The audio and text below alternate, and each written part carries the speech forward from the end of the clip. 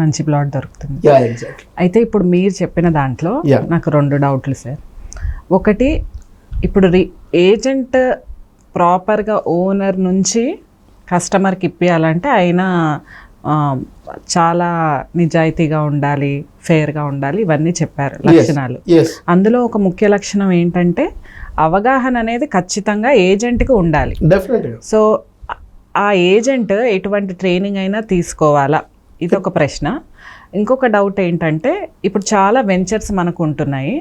So ventures అన్నీ అమ్మేది venture owner, venture developer ఎవరైతే ఉన్నారో ఆయన ఏజెంట్స్ పైనే డిపెండ్ అవుతారు. ఏజెంట్స్కి వాళ్ళ ముఖ్యమైన పాత్ర ఉంది అక్కడ ఒకటి. ఆ ఏజెంట్స్ అనేవాళ్ళు కొనుక్కునే కస్టమర్స్కి తెలీదు. కొనుక్కునే కస్టమర్స్ ఏమనుకుంటారంటే ఈ వెంచర్ వాళ్ళే ఈ ఏజెంట్స్, సో వాళ్ళకు అనుకూలంగానే ఉంటారు, మనం ఏదైనా బార్గెనింగ్ చేయాలి లేకపోతే వాళ్ళకు అనుకూలంగానే చెప్తారన్న అపోహ కూడా కస్టమర్స్లో ఉంటుంది. సో ఇక్కడ కస్టమర్స్కి మీరు ఇచ్చే సలహా అండ్ ఏజెంట్స్ పాత్ర, వాళ్ళు ఎంత అవగాహన తెచ్చుకోవాలి, ఎటువంటి ట్రైనింగ్ అయినా తీసుకోవాలి, ఈ 2 విషయాలు. ఒకటి, రియల్ ఎస్టేట్ ఒకప్పుడు అది బ్రోకర్ చేతిలో ఉంది. అంటే యాక్చువల్గా ఆయనకి తెలుగు పేపరే చదవడం రాదు.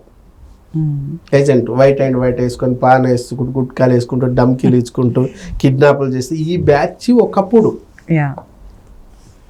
అటువంటి ఏజెంట్ని చూసినప్పుడు చిన్న చూపు ఉండేది.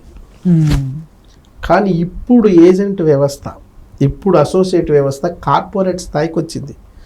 ఈ కార్పొరేట్ స్థాయికి వచ్చిన ఈ క్రమంలో ఉన్న ఏజెంట్లు జర్నలిస్టులు ఉన్నారు, డాక్టర్స్ ఉన్నారు, అడ్వకేట్స్ ఉన్నారు, సిఏలు ఉన్నారు, టీచర్స్ ఉన్నారు, ప్రొఫెసర్స్ ఉన్నారు, రిటైర్డ్ పీపుల్ ఉన్నారు, టీచర్స్, ఇట్లా పక్కా ప్రొఫెషనల్ పీపుల్ ఎంటర్ అయ్యారు.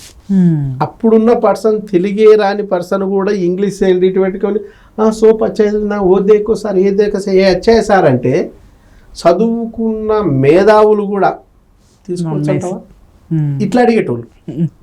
కానీ ఇప్పుడు ఆ పరిస్థితి లేదు. వెల్ ఎడ్యుకేటెడ్ దట్ పర్సన్కు హ్యావ్ టోటల్ నాలెడ్జ్. ఇంకా గవర్నమెంట్ కూడా ఇప్పుడు ఏం చేసింది, రియల్ ఎస్టేట్లో జరుగుతున్న మోసాలను, ఎస్పెషల్లీ డాక్యుమెంట్ విషయాల్లో జరుగుతున్న తప్పొప్పులను సరిచేసే క్రమంలో అమ్మే పర్సన్కు అవగాహన ఉండాలనే లక్ష్యంతో తెచ్చిందే RERA, real estate regulation authority.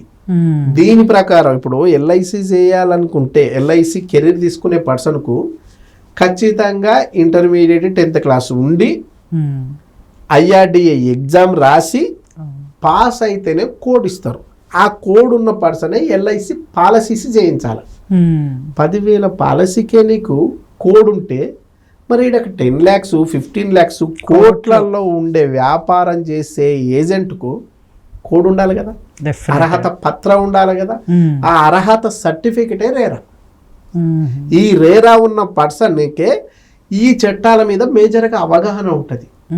So ఆ అవగాహనను పెంపొందించుకొని ఈ రేరా ఉన్న పర్సన్ తోటే మీరు ప్రాపర్టీ కొనుగోలు క్రయ విక్రయాలు చేస్తే మీకు కూడా ఈజీగా ఉంటుంది. అంటే ఎస్పెషల్లీ కొనే పర్సన్కు ఈజీ ఉంటుంది. ఎందుకంటే కొనే పర్సన్ ఇన్ని సర్టిఫికెట్లు ఉంటాయి, దీంట్లో లింక్ డాక్యుమెంట్ ఉంటాయి, NEA సర్టిఫికెట్లు ఉంటాయి, LP నెంబర్లు ఉంటాయి, సెక్యూరిటీ చూసుకోవాలా, మెయింటెనెన్స్ చూసుకోవాలా, లేకపోతే మార్టిగేజ్ ప్లాటా చూసుకోవాలా, లేకపోతే ఇనామ్ ల్యాండా చూసుకోవాలా, అదే పర్మిషన్లు ఉన్నాయా లేదా చూసుకోవాలా, ఇనాం భూమా, పూరం భూమా, లేకపోతే మాజీ సైనికుల భూమా, భూదాన్ భూమా, ట్రస్ట్ భూమా, గురుకుల భూమా, ఇనాం భూమా, అన్నాఫ్ 70 యాక్ట్ ల్యాండా, ఖైరాన్ భూమా, ఖైరాన్ భూమా, ఇటువంటి భూముల సంగతులన్నీ తెలుసుకోవాలంటే PhD చేయాలి. ఈయనగా ప్లాట్ కొనడు, PhD చేయడానికి సరిపోతుంది. సో నేనేమంటున్నా, ఎవరు చేయాల్సిన పని వాళ్ళు చేయాలి. మీరేం చేయాలో, మీకు ఏం కావాలో మీరు రిక్వైర్మెంట్ చెప్పండి, దానికి అనుగుణంగా ఆయన తెచ్చిస్తాడు. మీ పని ఈజీ అవుతుంది, సులువు అవుతుంది, దానివల్ల లాభసాటిగా ఉంటుంది, ఈజీగా ఉంటుంది. ఇది ఒకటి. రెండోది, మీరు అడిగింది ఏజెంట్ అనేవాడు కంపెనీకి అనుకూలంగానే మాట్లాడతాడు తప్ప కస్టమర్కు అనుకూలంగా ఎందుకు మాట్లాడతాడు అనేది డౌట్. ఒరిజినల్ కాదది. ఎందుకంటే ఇప్పుడు చేస్తున్న ఏ కంపెనీ కూడా వితౌట్ అప్రూవల్స్తో చేయలేవు.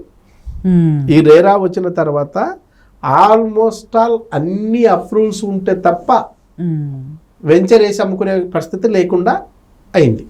ఓకే. ఇక్కడ ఎవరైతే ఏజెంట్ లేదా అసోసియేట్ ఉన్నారో కంపెనీకి అనుకూలంగా చెప్పాలనుకున్నా కూడా 99% అనుకూలంగా కస్టమర్కి ఉంటాడు తప్ప కంపెనీకి ఉండడానికి స్కోప్ లేదు.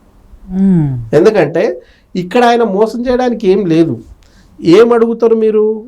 అప్రూవల్స్ ఉన్నా అని అడుగుతారు. అప్రూవల్స్ ఉంటేనే కదా చూపించేది, లేకపోతే కొత్తగా తెచ్చి చూపించలేడు. ఉన్న అప్రూవల్స్నే చూపిస్తాడు. సో రేటు కూడా ఆల్రెడీ ఫిక్స్ చేసిన ఉన్న రేట్సే ఉన్నాయి. సో గానికి తక్కువ అమ్మడానికి ఏం లేదు, ఫిక్స్డ్ రేట్స్. కాబట్టి ఆడ కూడా మోసం చేయడానికి లేదు.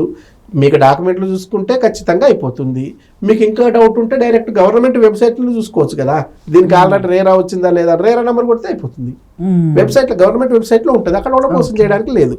మీకు మోసాలంటే ఏమన్నా జరిగితే రీసేల్ ప్లాట్ ఉంటాయి చూడండి, ఆ రీసేల్ ప్లాట్ దగ్గర కొంచెం ఏదైనా రేటు విషయంలో మేనేజ్ చేయడానికి అవకాశం ఉంటుంది, కానీ ఫ్రెష్ సేల్ దాంట్లో చేయడానికి ఏమి ఉండదు.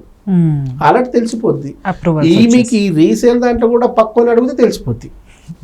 ఇప్పుడు ఈ ఊరు ఎద్దు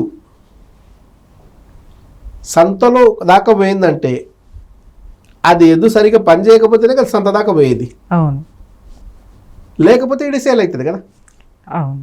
సేమ్ ఆడ కూడా ప్లాట్ ఈజీ, పక్కోడు ఎంత అమ్ముతున్నాడో చూస్తే రీసేల్ ప్లాట్ కూడా దాన్ని తెలిసిపోద్ది. సింపుల్. మనం ఈడ పేజెడ్ చేయాల్సిన అవసరం లేదు, జనరల్ నాలెడ్జ్ ఉంటే చాలు. ఆ జనరల్ నాలెడ్జ్ తోటి ఎవరిని నమ్మాలి ఎవరిని నమ్మొద్దు తెలిసిపోతుంది. అట్లా సింపుల్గా వర్కౌట్ అవుతుంది. ఆ ఇబ్బంది ఏం లేదు, హ్యాపీగా తీసుకోవచ్చు. బట్ మీరు చెప్పింది అక్షరాల నిజం సార్. ఏజెంట్ కూడా సేల్ అవ్వాలనే చూస్తారు, కస్టమర్ వైపు ఎక్కువ మాట్లాడతానే. ఎందుకంటే మీరు కస్టమరు, ఏజెంట్ అనుకోండి, మీరు సాటిస్ఫై అయితేనే కొంటాను. 4 రిఫరెన్స్లు ఇస్తారు. మీరు కొనడం కాదు, మిమ్మల్ని ఏదో ఒకటి బురిడి కొట్టించి ఏదో ఒకటి చేసినాం అనుకోండి, 4 రోజుల తర్వాత తెలిసిపోద్ది కదా. అవును, వాళ్ళని వాళ్ళు ఇప్పించారబ్బా, అక్కడ చూస్తే అట్లుంది, ఇటు చూస్తే అనవసరంగా నేను మోసపోయినా అని మీరు సాటిస్ఫై కాకుండా అన్హ్యాపీగా ఫీల్ అయితే మీరు ఎవ్వరికి చెప్పరు పాజిటివ్గా. చెప్పకపోగా నెగిటివ్గా చెప్తారు. అవును, ఈయన బ్రాండే రిఫరెన్స్ మీద ఉంటుంది.